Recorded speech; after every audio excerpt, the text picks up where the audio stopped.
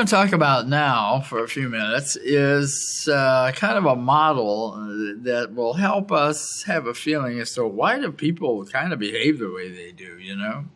We all have to respect each other's points of view, even if we don't agree with them, and try to find some consensus or some way to get along and live together.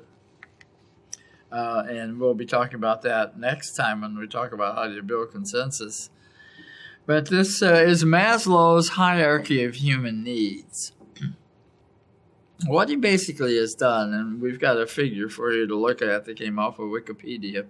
He's saying, you know, really our first activities in life are, if you're just suddenly dropped off in the middle of nowhere, what is your first desires? Well, I got to get shelter, I got to get food, and I got to be safe.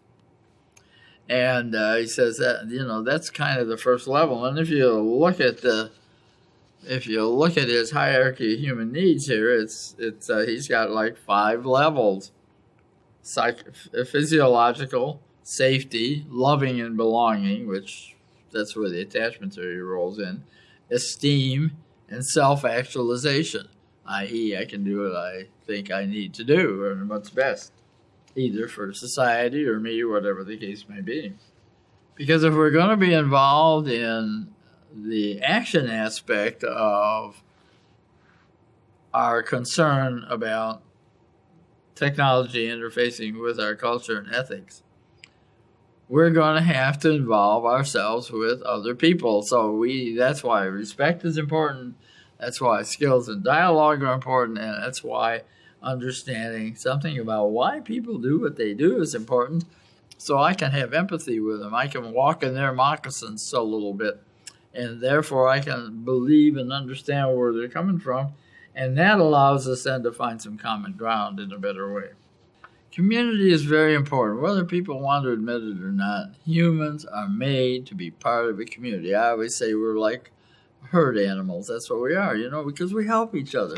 Cities wouldn't grow if we didn't have community because, you know, if I specialize in some aspect, like I'm going to pick up your garbage or I'm going to deliver your mail or I'm going to be your policeman or I'm going to make sure your water system is available, these fundamental things, and I'm going to help you have buildings that are safe to live in and work in.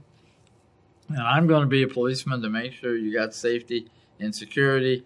Well, then it's natural. It's like air. It's like everybody, electricity, yeah, it comes out the plug. It's always here. It's just like anything else. And the internet's kind of getting like that too.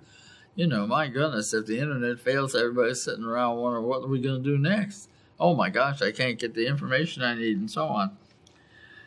So after you've kind of reached these basic things, then you think, well, I'd like to feel important. You know, self-esteem is, and I'm beginning to get some confidence because I can do all these things.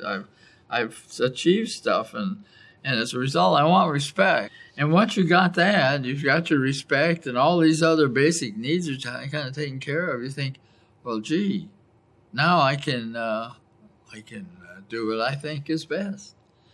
You know, I'm a college professor, and I have tenure, and you know, I have an income, and unless Ohio State University goes broke, I have a job, and somebody's taking care of my retirement funds. They put them away because they know as an absent-minded professor, I can't do it properly. So there's people that take care of making sure that my retirement funds are taken care of, so that it's like Social Security. When I get to the point where I can't work anymore or don't wish to because of my age, well, then I've got support and I'm not going to be a drag on society. Well, this allows me then to be at this upper level, doesn't it? Where I can talk about I can work on my creativity, I can be involved in problem solving, think about moral issues, be self-effectuating. Now, in closing, we've talked about going up the scale. Well, let's assume that you're at the esteem level and things go bad. You get laid off, you're out of money, whatever the case may be, you get sick, and suddenly you start going down. Well, you don't like that. You like going up, but you hate going down. And you'll do all kinds of things to keep from that happening. And so realizing this little simple model hopefully will give you the ability to better work together and to understand why, when you're doing a social impact assessment, some people are behaving and promoting ideas that they are. But you may think at first blush, well, that's crazy, or wow, I really understand that. Think about it. Think about where you are in this hierarchy and how you'd feel if you had to go backwards versus upwards.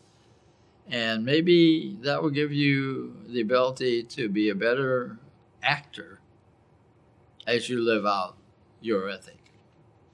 So next time we get together, we're going to spend a few minutes talking about how we bring about consensus and the importance of respect and communication in the process. Because social impact assessment requires that a group comes to some kind of an agreement as to, well, what do we as a group really, what's our message? What are we really saying? So until then, bye for now.